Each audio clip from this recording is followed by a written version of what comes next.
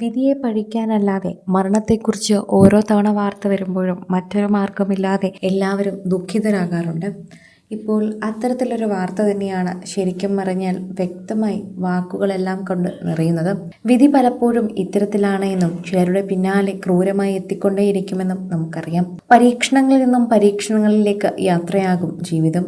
ഒരു വേദനയുടെ ആഘാതത്തിൽ നിന്നും തന്നെയാണ് ഇപ്പോൾ മറികടക്കാൻ ശ്രമിക്കുമ്പോഴേക്കും അടുത്തത് എത്തിക്കഴിഞ്ഞിരിക്കുന്നത്. പ്രശ്നങ്ങൾ ഇല്ലാതെ ദിവസങ്ങളില്ലെന്ന് പറയും പോലെയാണ് ചിലർക്ക് വേദനകളില്ലാതെ ദിവസമില്ല എന്നാണ് പറയുന്നത്. അങ്ങനെ ഒരു ജീവിതമാണ് എന്ന് തന്നെ പറയുന്നു.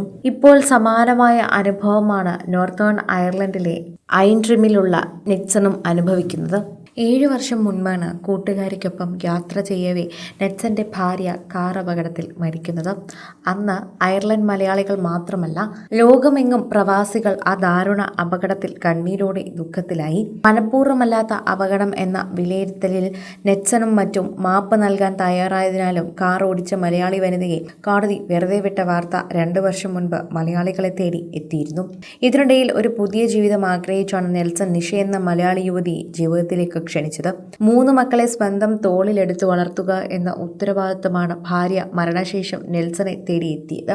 ഇതിനിടയിൽ തന്നെ കുഞ്ഞുങ്ങളെ വളർത്തുന്നതിന്റെ ഭാരം ലഘൂകരിക്കുന്നതിനാലും അവർക്ക് ഒരമ്മയുടെ സ്നേഹം നഷ്ടമാകരുത് എന്ന ചിന്തയിലുമാണ് നെറ്റ്സൺ തന്നെ നിഷയെ ജീവിതത്തിലേക്ക് ക്ഷണിച്ചത്. 11 വയസ്സ് മുതൽ താഴേക്ക് പ്രായമുള്ള 3 കുഞ്ഞുങ്ങളായിരുന്നു. 2019 അമ്മയുടെ ശവപേടകത്തിനരികിൽ ഇരുന്ന് ഏങ്ങലടിച്ച് നെൽസന്റെ കൈ പിടിച്ച് നെഞ്ചിലേക്ക് ചാഞ്ഞത്. കരളുറപ്പുള്ള ഏതൊരാളെയും പിടിച്ചുലയ്ക്കുന്ന കാഴ്ചയാണ് അന്ന് പ്രവാസികൾ നിസ്സഹായതയോടെ ആ അമ്മയ്ക്ക് വിട നൽകിയത്. 37 വയസ്സെന്ന് നന്നേ ചെറുപ്രായത്തിലെ ആദ്യ ഭാര്യയും നെൽസനെ വിട്ടുപിരിയുന്നത്. എന്നാൽ അടുത്തിടെ തന്നെ ക്യാൻസർ രോഗസ്ഥിരീകരണം നിഷയെ തേടിയെത്തിയതോടെ നെൽസന്റെ ജീവിതത്തിലേക്ക് വീണ്ടും വിധി ഉരുൾപടർത്തുകയായിരുന്നു.